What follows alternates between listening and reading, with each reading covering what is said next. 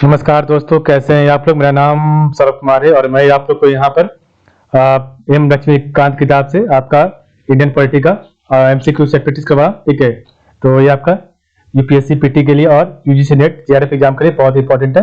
तो चलिए स्टार्ट करते हैं। आज हम जो है सेट प्रैक्टिस नंबर 3 पढ़ेंगे। ठीक है, तो आज हम सेट प्रैक्टिस नंबर 3 करेंगे। ठीक है, और इसमें हमारा कोई भी एक्सप्लेनेशन नहीं होगा, विदाउट एक्सप्लेनेशन होगा। ठीक है, तो आज चैप्टर नंबर 3 होगा। ठीक है, तो चैप्टर नंबर 3, तो चलिए स्टार्ट करते हैं। तो देखिए आपका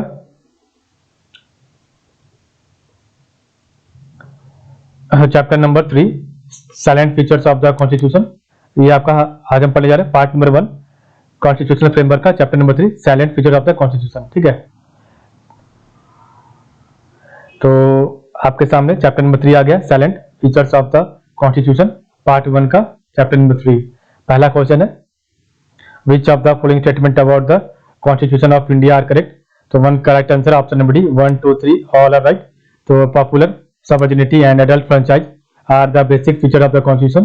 The constitution is in so far as the division of powers between the center and the state is concerned. आपका 3 सही है। The constitution recognize the interdependence of civil and economic right.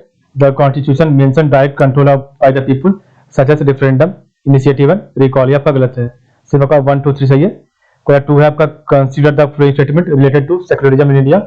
तो 2 करेक्ट आंसर है, option number C 1 3 4 are right. ठीक है, तो it entails strict separation of religion from politics, सही है। It bans parties with religious affiliation from contesting election, गलत है। और it grants religious liberty to all communities, सही है। It accepts community personal law, ये तीनों सही है। क्वेश्चन 3 आपका which one of the following schedules of the constitution of India incorporate salaries and allowance of members of parliament, the chairman and the deputy chairman of the Rajya Sabha and the speaker and the deputy speaker of the Rajya Sabha, Lok Sabha as one of the items. तो 3 correct answer भी 7 schedule. अब 4 है list 1 को list 2 में, तो list 1 आपका subject है और लिस्ट 2 आपका पार्ट ऑफ द कॉन्स्टिट्यूशन है। तो 4 का ऑप्शन में भी 2 1 4 3 सही है। ठीक है,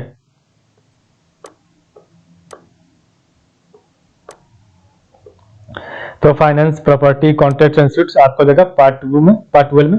यूनियन जुडिशियरी आपका हो जाएगा पार्ट 5 में। द एजुकेटिव ऑफ स्टेट आपका हो जाएगा पार्ट 6 में। और relations between the union and the state आपका पार्ट 6 में, पार्ट 11 में। ठीक है, तो finance property contracts and suites आपका हो जाएगा पार्ट 12 में। द यूनियन जुडिशियरी आपका हो जाएगा पार्ट 5 में। द एजुकेटिव ऑफ स्टेट आपका हो जाएगा पार्ट 6 में। और relations between the union and the state आपका हो जाएगा पार्ट 6 में। ठीक है, relation between the union and state आपका हो जाएगा पार्ट 11 में।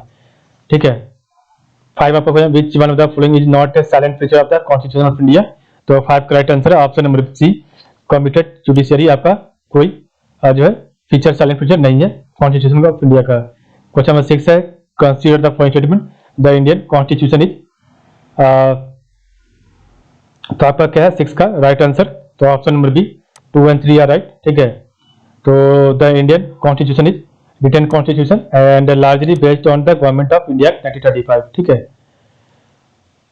क्वेश्चन नंबर 7 है the second schedule of the constitution of India does not contain the provision as to who among the following. तो 7 का option D the chairman union public service commission. the second schedule of the constitution of India does not contain the provisions as to who among the following. तो the chairman union public service commission. 8 आपका question number list 1 आपका provisions in the constitution of India and इधर आपका sources है। तो 8 का option number सी आपका सही है, 4 3 2 1। ठीक है,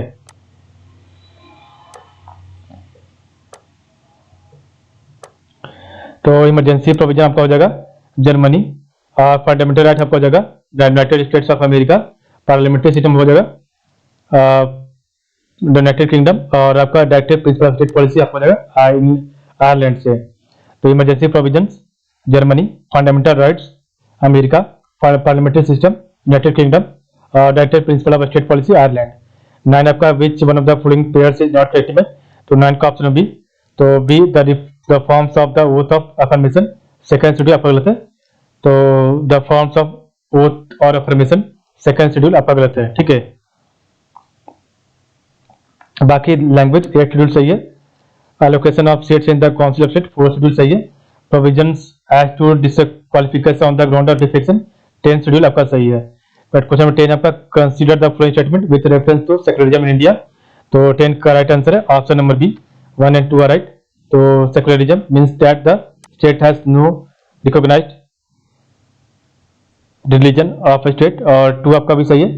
secularism means that the state treats all the religions equally, और स्टेटमेंट 3 आपका गलत है। Secularism means that the state regulates the relation of man with god, आपका गलत है।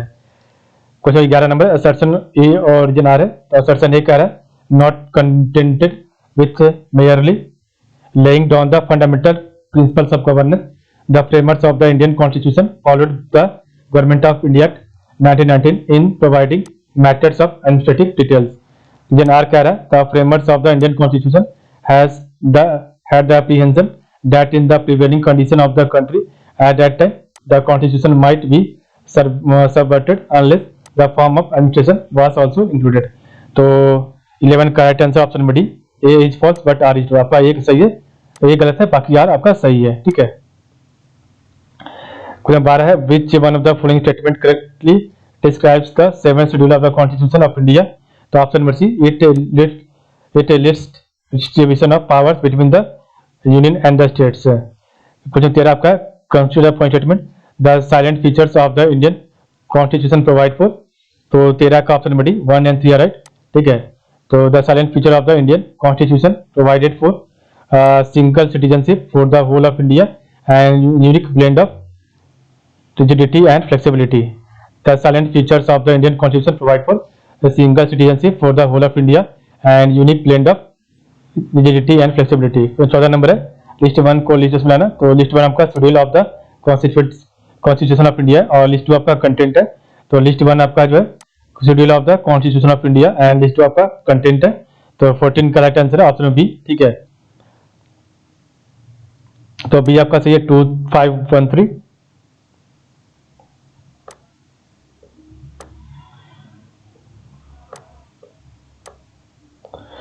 तो 9th शेड्यूल का हो जाएगा provisions regarding land reform legislation. तो 9th schedule provisions regarding land reform legislation. 10th schedule आपका हो जाएगा provisions regarding the disqualification ground of defection. 11th schedule आपका हो जाएगा 11th शेड्यूल प्रोविजंस रिगार्डिंग पंचायती राज सिस्टम। और आपका 6th शेड्यूल हो जाएगा provisions regarding administration of tribal areas. ठीक है। तो इस प्रकार हमने देखा आज का वीडियो। तो आज के लिए बस इतना ही। कल हमारा जो है चैप्टर नंबर 4 होगा। ठीक है। तो कल हमारा चैप्टर नंबर 4 और पार्ट नंबर 1 का। ठीक है। तो पार्ट नंबर 1 का चैप्टर नंबर जो है 4 होगा। ठीक है। तो आज के लिए बस इतना ही। आप लोग का बहुत बहुत धन्यवाद।